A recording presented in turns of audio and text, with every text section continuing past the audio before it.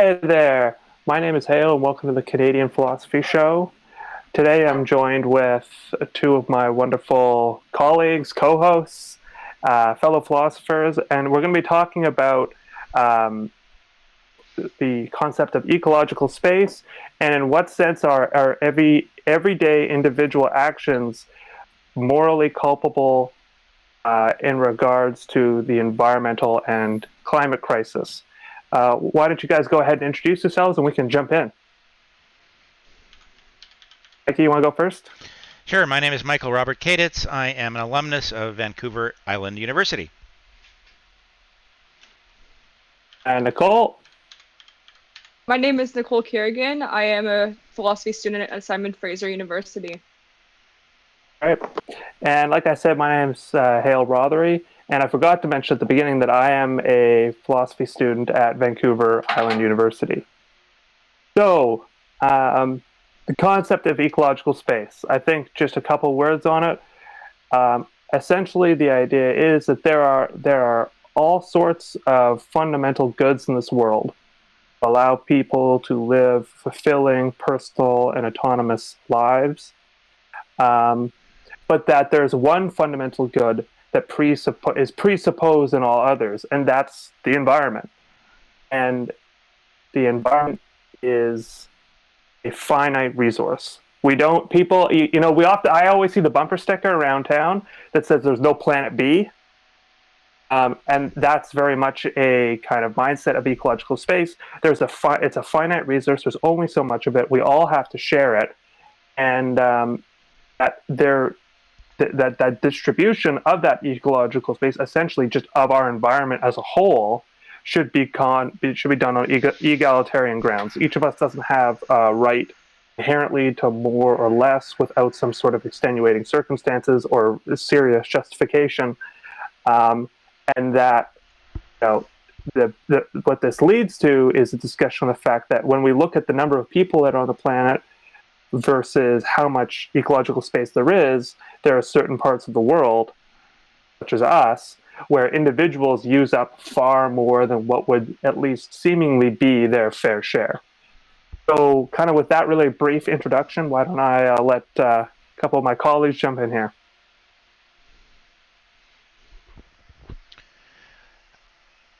I associate the phrase ecological space with another term sometimes used, which is ecological footprint. Ecological footprint, I think, adds a little bit of meaning in that it suggests correctly that as each of us goes about our activities, which include consumption of resources, waste, deposits of waste, right, in the atmosphere or the garbage or wherever we put, garburator, wherever they go, we are laying down a footprint. That's our footprint. That's our impact on the natural environment, and by all accounts that I've read, as you said, Hale, there's a very unequal distribution of ecological footprints, or to use your phrase, the space that's being taken up by individuals in, say, Western developed countries versus people in undeveloped countries or third world countries or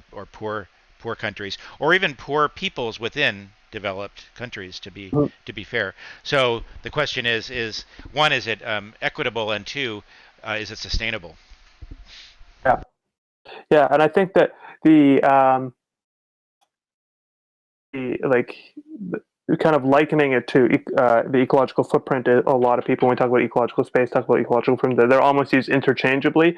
And I kind of use it like a visualization in my head of we have a certain amount of space, right?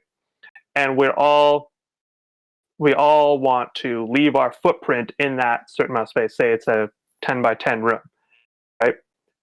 Now, for that to be a real equal situation, we all need to literally have the same size feet. And if there's only so much space and each one of us needs to put our foot on that space, right? Then if I have a foot that's considerably larger than anyone else, that's by definition, I am going to be taking up someone else's space. I think that's one of the key points of the sort of the idea of ecological spaces. It's a zero-sum game. If I take more than my fair share, I am taking it from someone else, whether I realize it or not. Right, and I think I know where you're going to go with this, Hale, but I'll jump the gun here because I read your paper that you wrote, and I think this idea of not just idea, but the reality of ecological footprints, the amount of space that my foot takes up or my feet take up when I'm walking in a room with only so much space, comes into head-on conflict with the way that Western philosophy, the way that Western metaphysics has developed, especially I'm going to argue not from its origins, but in the last few hundred years, in English and then American philosophy, the way the concept of autonomy has developed, because autonomy and the idea of a finite space really do conflict, and we'll get to that. I'm sure you will. Yeah. And I think that's a really key point. And I often think of the quote by John Stuart Mill about liberty, about autonomy, which is, I'm going to paraphrase it here, but basically you can do whatever you want as long as you don't step on someone else's toes. The reality is that, at least in the Western tradition, the space that's been allowed for, that we're able to do with that, has been very wide. So many acts that we think of as being not other regarding generally fill up our lives, right? You know, when I get up in the morning, I make my coffee, I drive to work, I go for a walk, I charge my phone. It would seem on the classic Western liberal tradition of autonomy that those sorts of acts are not other regarding. When we start talking about ecological space, non-other regarding acts, that the space for those acts becomes extremely narrow. And the argument really becomes that no, virtually everything you do takes up resources, even very finitely. And all of that gets kind of charged to your account of how much resources you can reasonably have. And the way that most of us live in the West, we live in such a way that we overcharge. We essentially overspend. And we essentially take money out of other people's accounts. And we generally do this with not from acts where it's overt, but from the little everyday activities that add up over time. Let's imagine that your footprints were laid down in infinite space.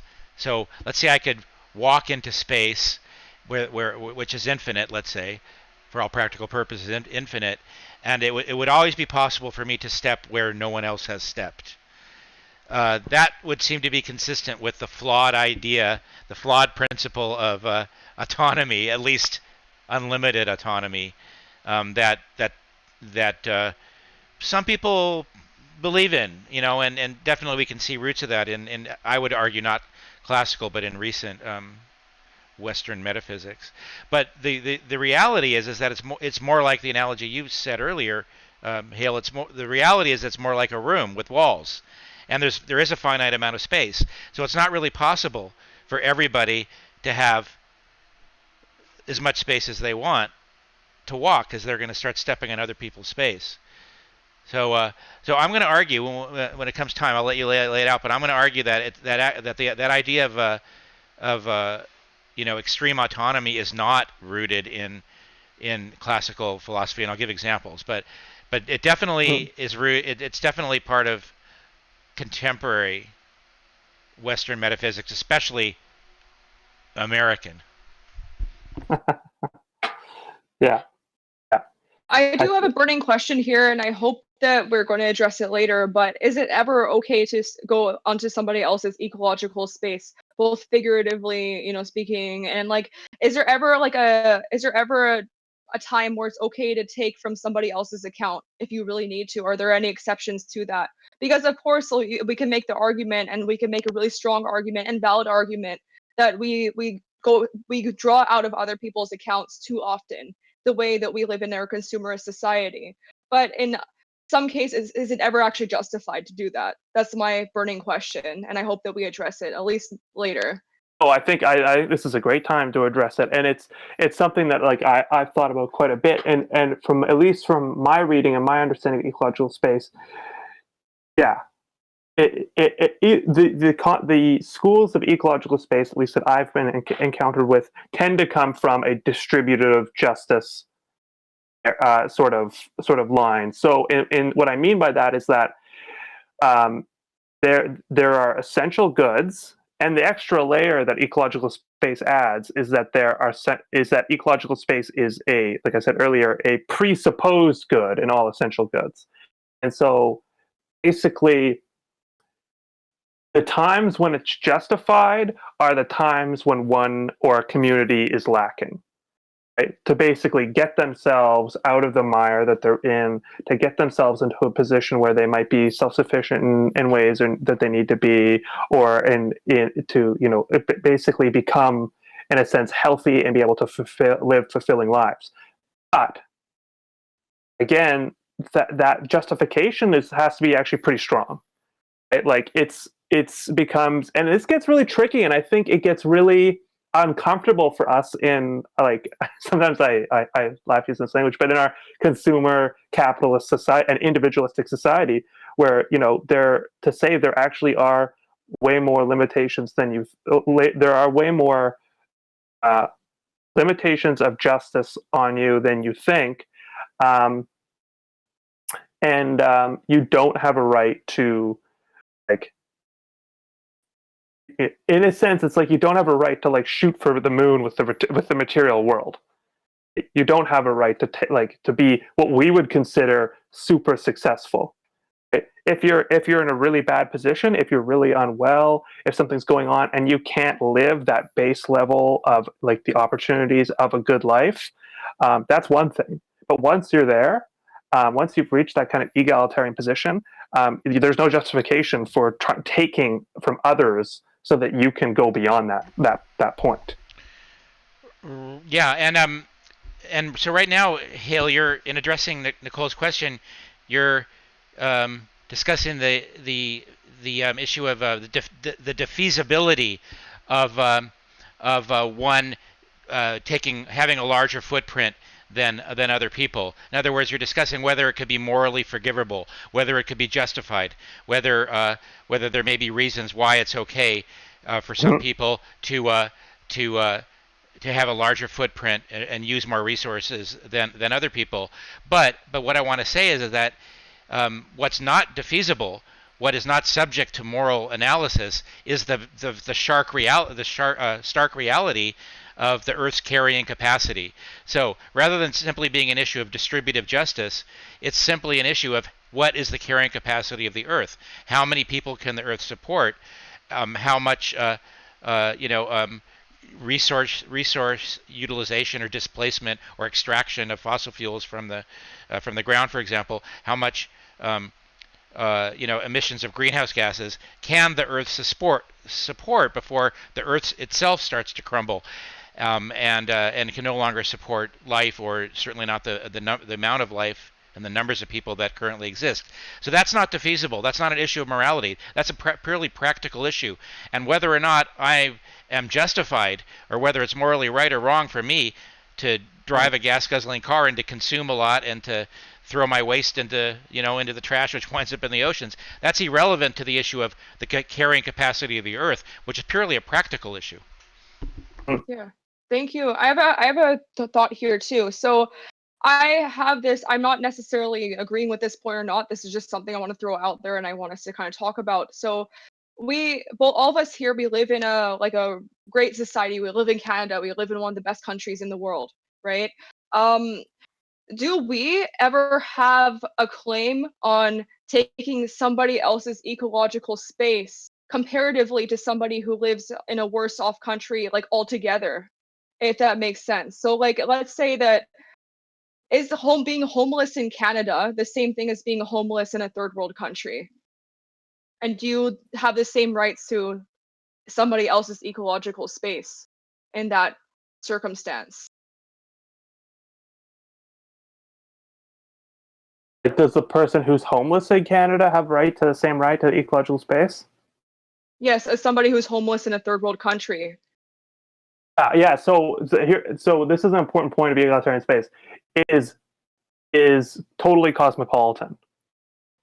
There's no differentiation between where someone lives or when they live, and when is an important point that we'll get to, but or what nation or community they're from.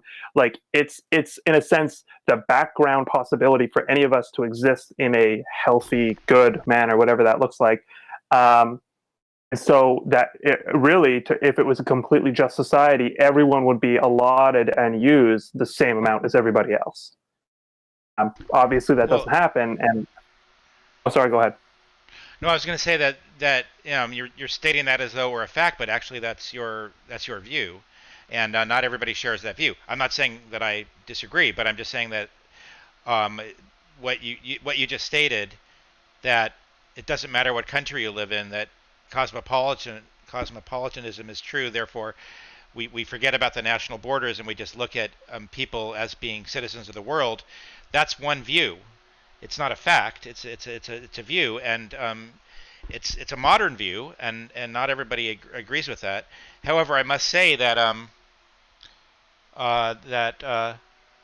the contemporary philosopher John Searle talks about countries and national boundaries and as being what he calls institutional reality. In other words, they're created in people's minds.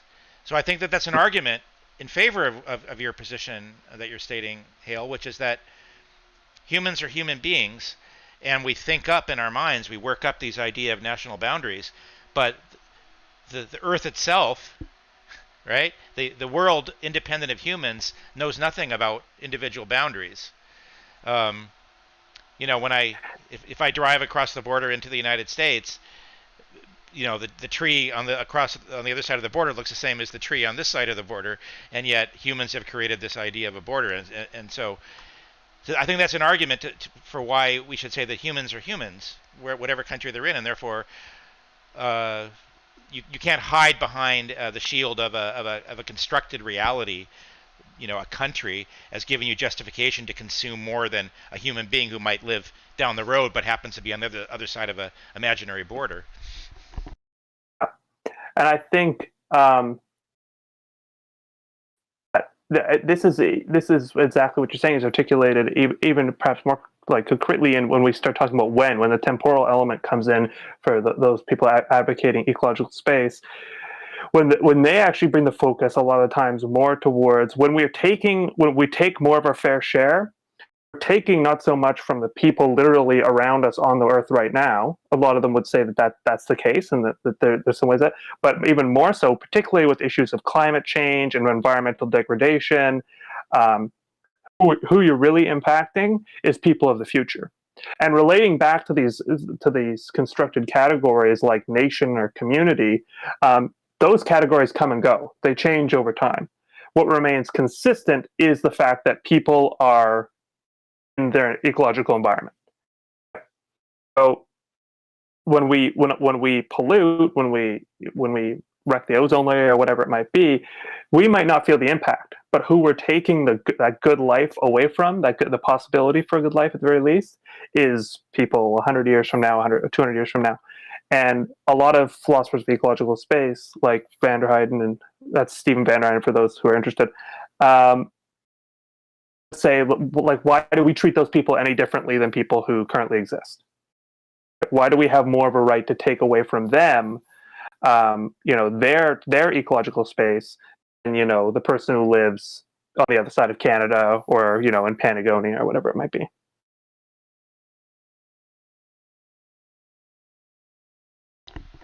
Yeah. I was just thinking, people that haven't been born yet, they don't exist. I'm playing devil's advocate here. I'm going to give a counter argument to the intergenerational justice argument. Why do we have to, or how does it make any sense, or how is it even coherent to consider entities that don't exist in our formulation? Because if we had to consider entities that don't exist, then we should also be considering all the humans that were never born. There's other people in my room. There's many, many more people that don't exist than people that do exist. Yep. And so we can't possibly, plausibly organize our lives around all the things that don't exist. So people that we don't even know who's going to be born. They don't exist. How can we organize our lives around non-existent entities? I'm playing devil's advocate. No, I hear that, and I think the position that the advocates of ecological space and intergenerational justice would take at least one part of the position is that we organize our lives in terms of possibilities, and the possibility that there will be future generations is very likely. Look, at the end of the day, it's entirely possible that we might consume the Earth's resources, do whatever, and then an asteroid might hit, everyone dies, and it turns out all that extra consumption doesn't really affect anyone else. Doesn't seem to be a very likely possibility, and it seems much more likely that there will be a tomorrow, and in fact we live as if there will be a tomorrow, and that includes the people of tomorrow, spoken abstractly. Okay, that's a good answer. That's a good response. So we're not organizing our lives around specific people that don't exist because we believe they will exist in the future. It's the practical knowledge that there will be people, whoever they are, and that makes a lot of sense. Hey, it's not dissimilar to the existentialist concept of the existential angst around the possibility of your death, which is an understatement, right? But that's the way they talk about it. So it's the possibility of your own death. In fact, the imminency of your death that causes you to finally organize your life and find meaning in your life because you're expecting that you're going to die. Yeah, and I think for the position of people in ecological spaces, we try and figure out how should we live, how should we use our resources, all this. We're working with the practical knowledge that there's going to be first of all there's going to be a tomorrow, and there's going to be more of us. Again, it's entirely possible that won't be the case. Just like it's on the existentialist example, it's perhaps somehow maybe not logically contradictory that you might live forever. Right. It's not logically impossible. It's not logically impossible. Yeah, there is a world where beings are immortal. There's no logical contradiction. Yeah. Perhaps I get zapped with some sort of a amazing science fiction ray, and I live forever. But in terms of how we actually practically live our lives, two things when we think about ecological space. One, there's only so much of it, and we can't create more. And two, there's going to be a tomorrow, and that there's going to be people of tomorrow, and that those people take a share of that ecological space as well. And if I poison the well today, they're going to feel it tomorrow. That's going to, at the very least, it's going to take away from them tomorrow, not make them sick. Yeah. Kind of stuff. I think it's the thing about and I even personally don't know where I sit exactly with the ecological space. I find it deeply uncomfortable for our viewers, because if we really accept the premises going on there, it definitely brings a lot more weight to the kind of decisions that we make, the kind of life that we live, and in some ways it seems very burdensome to what we're familiar. At least I'll speak for myself, for what I'm familiar with. I guess for me, my biggest question is really that differentiation between when is it okay to take somebody else's ecological space and when it is not okay. Because on a colloquial kind of way of thinking about it, we take other people's ecological space every single day, whether you like it or not, with the things that we do in our lives. But if we, for the sake of argument, if we stop using plastics, if we watch things like for the environment, help give back to charity, whatever else that gives kind of like evens out how much we're taking and how much we're giving. What situations make it okay for us to take from other people on a really like ethical level? So for example, if you're sick and you want to see the doctor, is it okay for you to take somebody else's spot in the wait list to go ahead faster? Like in what situation would something like that be okay, for example, according to this philosophical view? And I think this is one of the hardest questions, and it really it starts to strike at the difference between how the advocates of ecological space think about individual acts versus the aggregate effects of those acts, because and there are kind of solutions for that, and at least from my general understanding, it's some of it's kind of tricky. It becomes really tough to justify how we shouldn't do something that seems really, really important to us. I think that, and also too, in terms of that, how in each sort of individual act, like, are we really measuring out our ecological space?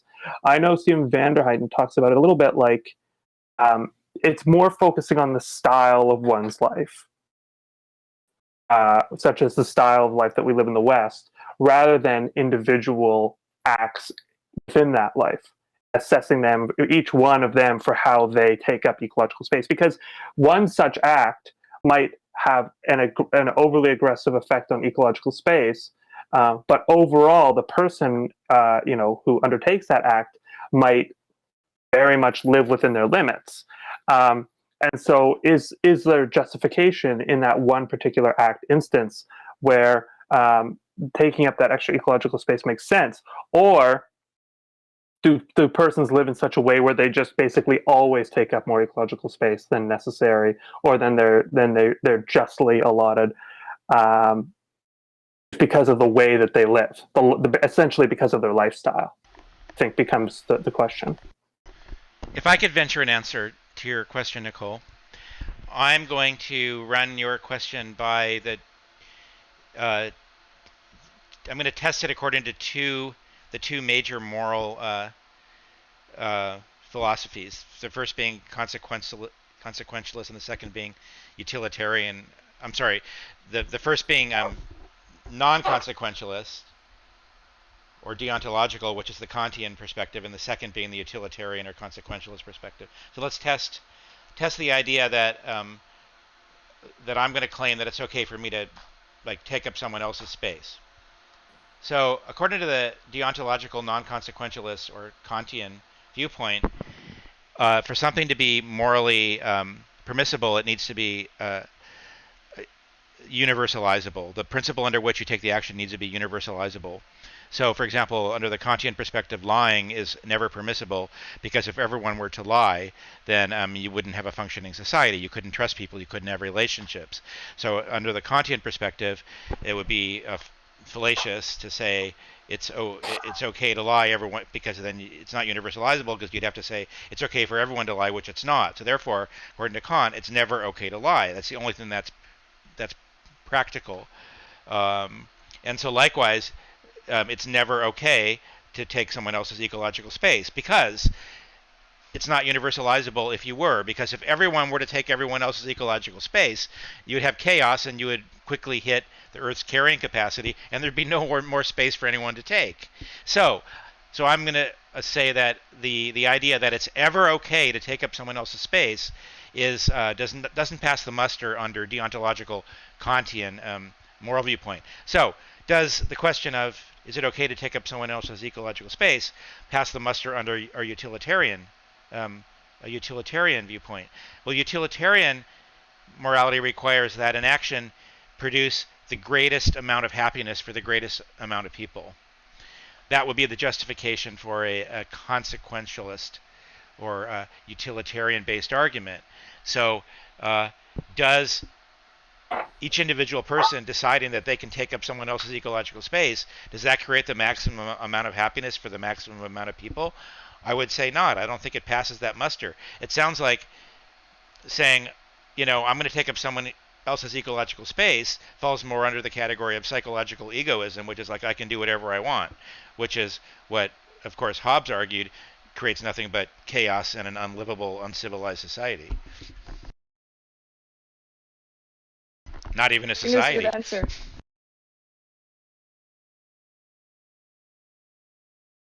But to be fair, you could still ask the question, are there exceptions, right? So could there be exceptions?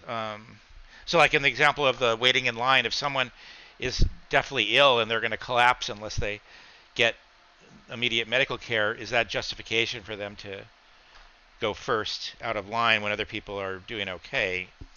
So maybe there is a justification there, to be fair. Maybe to each according to need is a universalizable principle. Yeah, and I think that last principle, to each according to need, it falls in line a little bit with the ecological space arguments that I've read, and I know that when they do talk about claims, they talk about those claims having to be principled, and that there must be justification for making them, and that justification must be objective, and it also has to be, I think they say, it must be measurable. Now, I will fully admit to our listeners that from the ecological space articles I've read, they keep that rather vague. So, but what I take that to mean is that, kind of like we were talking about earlier, have to be objectively, they have to be showable, they have to be reasonable, and they have to be justifiable. And the only reason it then makes sense is in situations where it's about the fundamental aspects of quality of life, right? Access to food, to community, to shelter.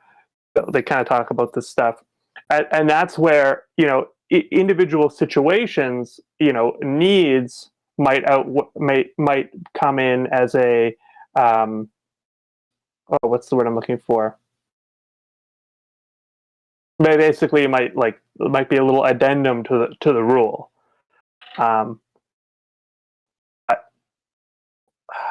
Does that fall under what we would consider our general everyday acts? That I'm not so sure.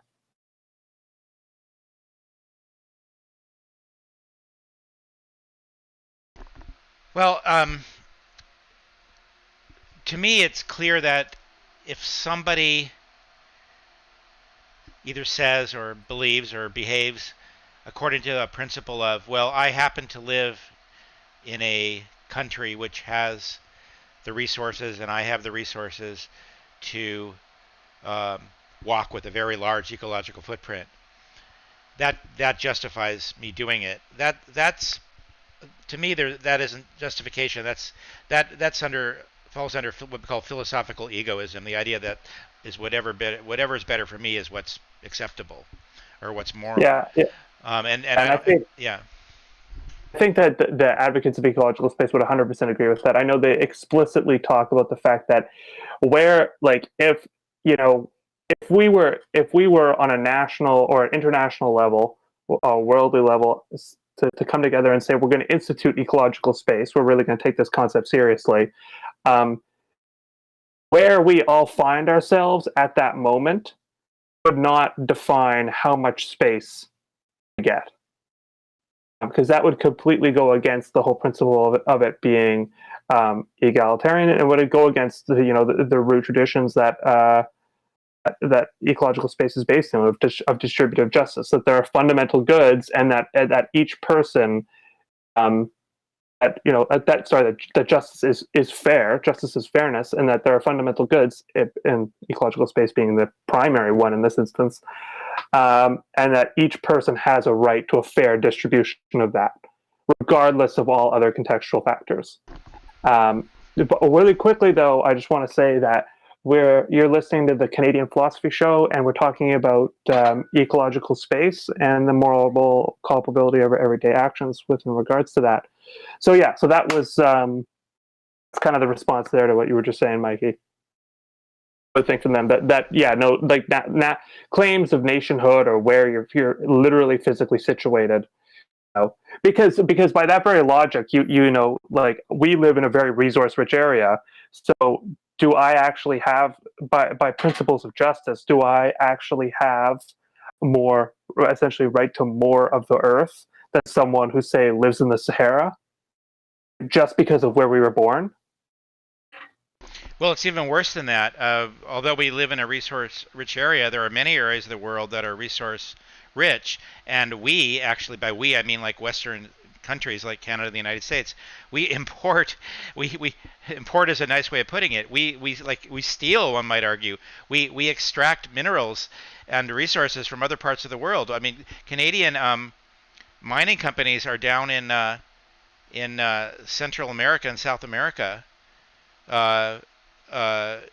You know, strip mining land down there, and there have been many cases over the last number of decades of Canadian corporations driving indigenous people off of their land and even killing them. You can research this, killing them in order to get access to the land. Did you see the movie Avatar? That Avatar is real. I mean, you're right here on Earth. I mean, there are countries like Canada and like the United States and others that are literally sending armies, private armies, who by force or by collaboration with with corrupt local politicians actually stealing resources from other parts of the world.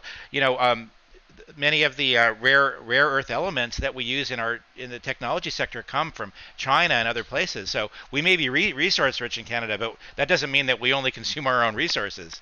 We just have the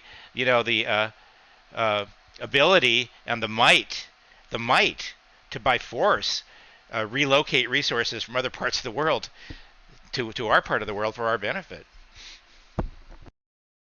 I actually have something to say directly in regards to that. I'm just trying to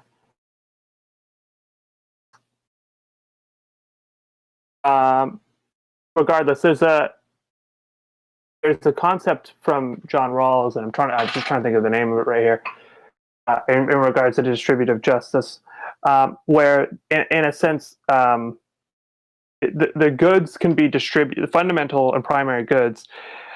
Some can be taken from those who have less if something else is given back, right? If basically if people have, let's say, in John Rawls' case, if people have lots of, and let's just say, natural resources, well, let's say Canada could come in, take some of those resources, as long as it's put at least partially towards, let's say, increasing their education. On the ecological, on the argument of ecological space, that is fundamentally corrupting the whole process, because ecological space is the good that allows all other goods to even be possible in the first place, and so you cannot replace it with something else. And I've actually seen an interesting example of this, kind of actually really close to what you're talking about, Mikey, which is when I was traveling through Ethiopia. Ethiopia is very rich in natural resources, but Chinese firms and companies have been coming in and gobbling up those resources at an extraordinary rate, and basically, making them their own. And in return, they have made technology very cheap and accessible to the Ethiopian people. What this means, and what at least anecdotally I saw, were people who were very, very resource poor, who all had brand new smartphones. And on the basis of ecological space, it's the one is very obviously primary to the other. Right? Smartphones aren't going to give you more ecological space, but ecological space used in certain ways might give you smartphones. So that's not a trade-off that can be made in a just manner. In other words, you're re-emphasizing the point that ecological space is finite, that it's not a matter of unlimited amount of space, and as you say, we can't create unlimited number of smartphones, because in the process of creating smartphones, we're using resources and we're depositing waste. So yeah, it's finite, but it's all. And I think the other key point that the camp of ecological space make is it's primary. right, It's the right, good that's primary, and it is right, you cannot replace it with other goods. right, It's that's the level playing field, and it's also the zero sum playing field, right, and it can't be replaced. Something else. right. Hey, do you want to talk a little bit about the some of the philosophical theory, metaphysical theory that we've alluded to that kind of brought us to this place where, in so much of the world, especially the Western world, there's this value on autonomy, which causes many of us to say that or think we have a right. We have a right to, or this notion that we have even an ecological space, that we have an autonomous space. So I'm going to go from the specific of ecological space, although it's primary, to the more general concept of space. Yeah. Yeah. I think the way you put it, autonomous space is great, and I think it's a great place to sort of look at it, especially with I'm more familiar with some of the modern traditions, and I know you want to talk about how there's some transition there from ancient traditions, and I'm really interested to hear that.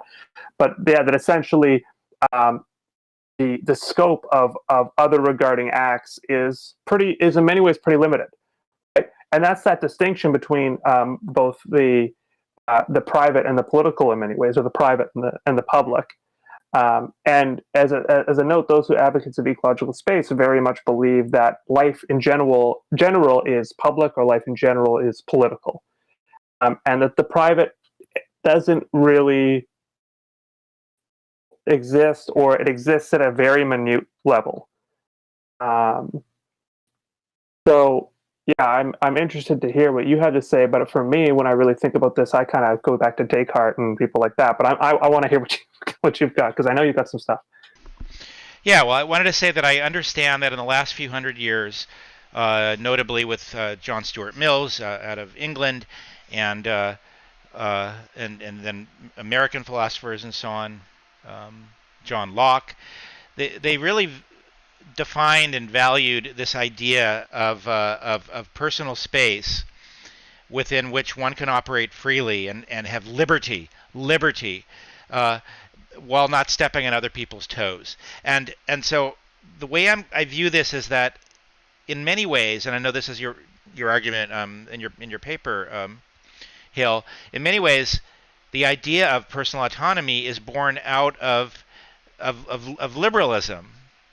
It can be traced perhaps back to the French Revolution or the Enlightenment, where the idea of human rights, freedom of expression, freedom of speech, the ability for me to pursue my good life, whatever that might be, and to the extent that could clash with other people's rights, people like John Stuart Mills attempted to reconcile that potential clash by suggesting that there is a space within which I can operate to seek my personal happiness and have freedom of expression while not stepping in other people's space. The problem, as we're talking about now, is there really such a space, and is it really as large as we thought it was? And, I would suggest that it's not as large as we once thought it was, and only through our ignorance did we think we had this substantial, substantive personal space.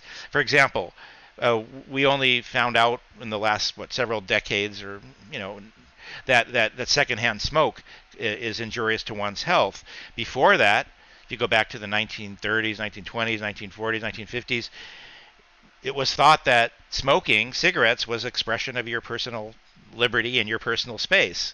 But now we know, because we're no longer ignorant, we have much more medical science to show us that no, when you smoke a cigarette and other people breathe the smoke, you are invading their personal space. The idea of ecological footprints in ecological space is the current example we're talking about, of how what you do, the amount of energy you consume, the amount of waste you deposit, does affect other people. So the question is, what is your individual space? But I wanted to talk about the where does this idea of autonomy come from?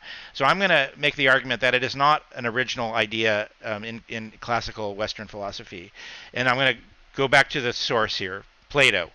Plato was very critical of the idea of democracy. He said democracy is beautiful It's like a coat embroidery of many colors. People get to express themselves with their own personal views and their own personal space. I don't know if he said personal space, but I'm making the argument that is very Yeah. similar to Yeah. personal space. The idea that you can express yourself, your own colors, and do what you want, that's very similar to this modern idea of autonomy. But Plato said no, no, no, that doesn't work. It creates chaos, it creates instability, and the only plausible, stable form of government is an aristocracy where the philosophers are the ones that decide what the rules are. And although democracy is attractive, it's not practical. So I would argue that Plato was no advocate of autonomy. He was an advocate of sort of a collectivism of what's good for the society as a whole, and that would only be known, of course, by philosophers. But another example of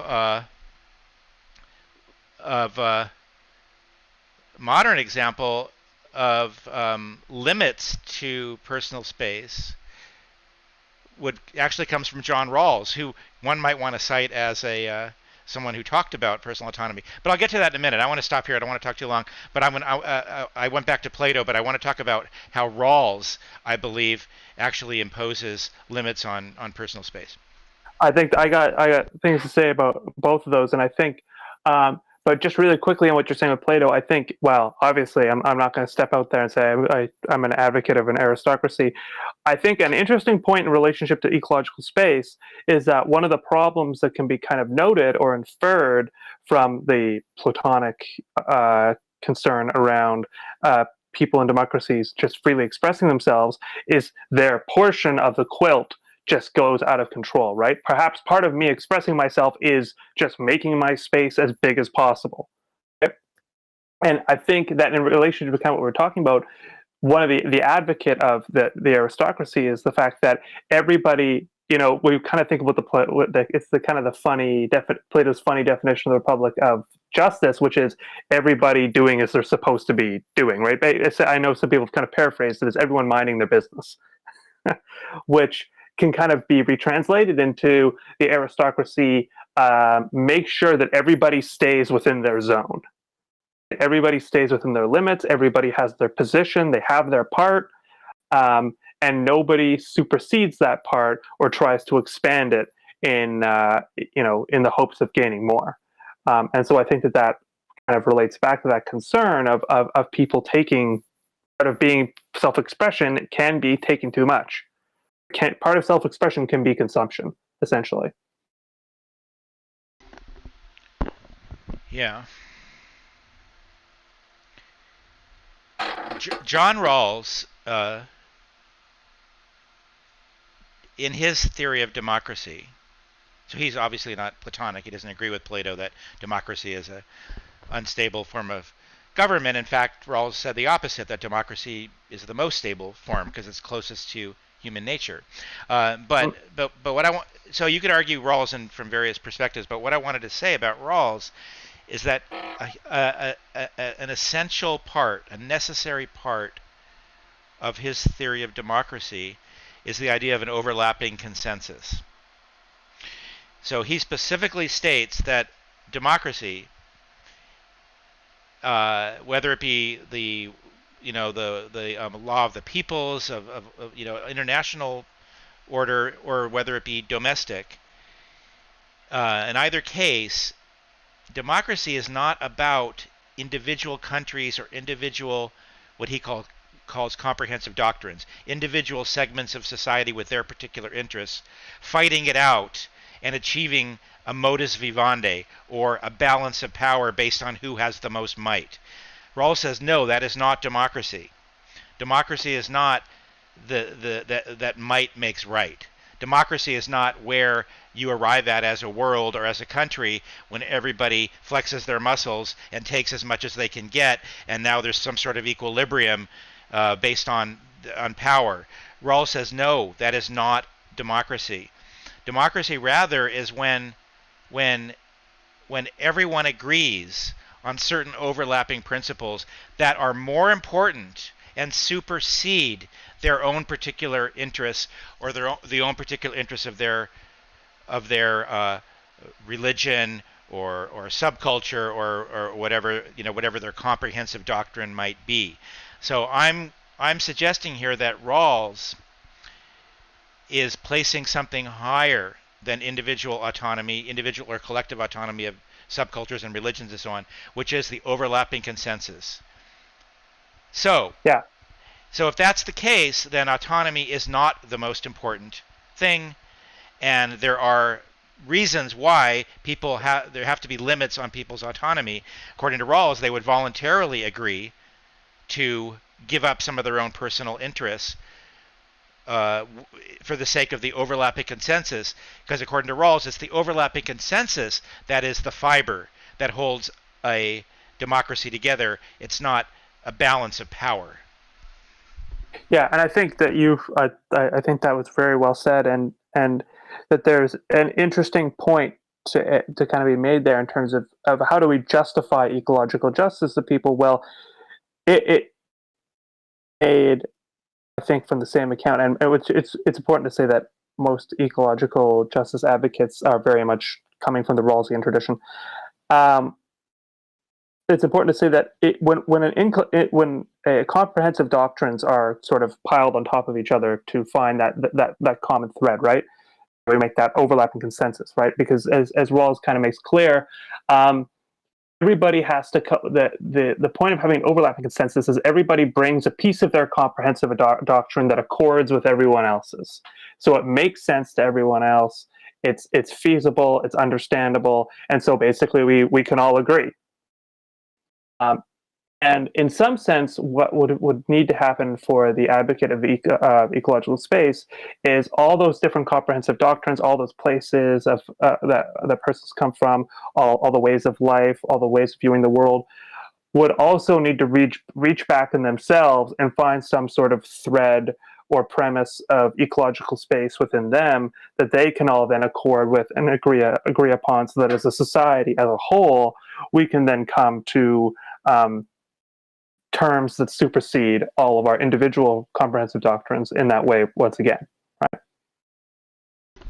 Yeah, well, I have a stronger claim about that, which is that it's not just, as you said, that from each comprehensive doctrine emerges some principle that unites us. I don't think it always works out that way. I think sometimes people have to give up their comprehensive doctrines and allow the overlapping consensus to supersede.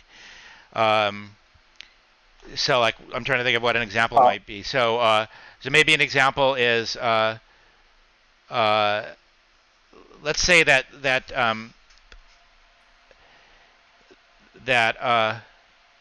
some indigenous group in Canada, according to their comprehensive doctrine, they can hunt a certain animal. But let's say that there's actually a threat to the existence of that animal. Actually, there's a good case that's happening right now here on Vancouver Island where there's Fairy Creek is one of the last virgin old-growth forests, and a lumber company wants to log part of it, and there's a bunch of people blocking access to the lumber company. They're trying to save the old-growth forest at Fairy Creek, but unfortunately, the local indigenous leaders there have come out on the side of the loggers, and they're saying that we have a right to this land. This is our ancient land, and we've decided that we want it logged. So let's call that a comprehensive doctrine. So the leaders in that community down there near Port Renfrew on Vancouver Island have decided that it's within their comprehensive doctrine for whatever reason. I won't question it. One might question it, but let's say that it's they've decided it's within their comprehensive doctrine. Well, what about the overlapping consensus that the people of Canada want to protect some of the last remaining old-growth forests? Isn't that something that we can come to an overlapping consensus to as Canadians, that we want to save part of our heritage, part of our national heritage? And I'm sorry for your comprehensive doctrine, Chief so-and-so, but there's an overlapping consensus here because other people, other Canadians, other people in North America, other people on Vancouver Island are also affected by what you do, in your according to your comprehensive doctrine. I think that what you're and I think that what you're pointing at, I'm trying to think about how to say this.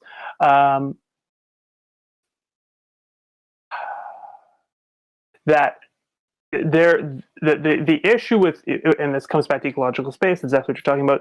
Generally speaking, we want to find a comprehensive doctrine, and the places where they all overlap, that we can then justify, that we can then justify the laws or whatever to the people. However, some comprehensive doctrines are inherently contradictory to the democratic system on Rawls' account. That's a whole other different thing. We might say, though, that in terms of ecological space, there are, however, some comprehensive doctrines that are completely contradictory to the egalitarian distribution and protection of ecological space. And so there might be doctrines where, as you say, people must be compelled to give up. Yeah, because they just don't. If we accept the premise of ecological space, sure, most people in a democracy might be able to reach back to their main comprehensive doctrines. Perhaps Christians can find some importance of, respecting the world created by God, and atheists might find some other thing, and whatever it is. But there might be some ways of life, some comprehensive doctrines that just simply don't work. Like if my way of life is simply like consuming as much as possible, there is no common thread there. And as a society, we may have to come to, at least according to those advocates of ecological space, we may have to come to a point where we must compel people who live in certain ways to give up those certain patterns or styles of life. But I do want to say that we're running out of time here, so I think we got to end it there. It's been a great discussion. I'm Hale from Vancouver Island University, and I'll let my two co-hosts time themselves out. My name is Nicole Kirigin. It was a pleasure being here. I'm from Simon Fraser University, and I'm a philosophy major. Thank you for listening to the Canadian Philosophy Show, and let's let Michael de-introduce himself. That was a term coined by one of our other associates who's not here today. I'm going to de-introduce myself. I was Michael Robert Caditz. I was a student at VIU. I'm now an alumnus of VIU. And this is a great topic. Thank you very much, Hale, for all your insight. We didn't do it justice. We should do this again, because there's a lot of interesting theory behind it, and there's a big tradition of libertarianism, especially in the United States. It's also somewhat in Canada, which is really based on this comprehensive doctrine of autonomy and personal freedom. All right. Well, it's been great. Thanks for listening. This is the Canadian Philosophy Show, and I hope you enjoyed.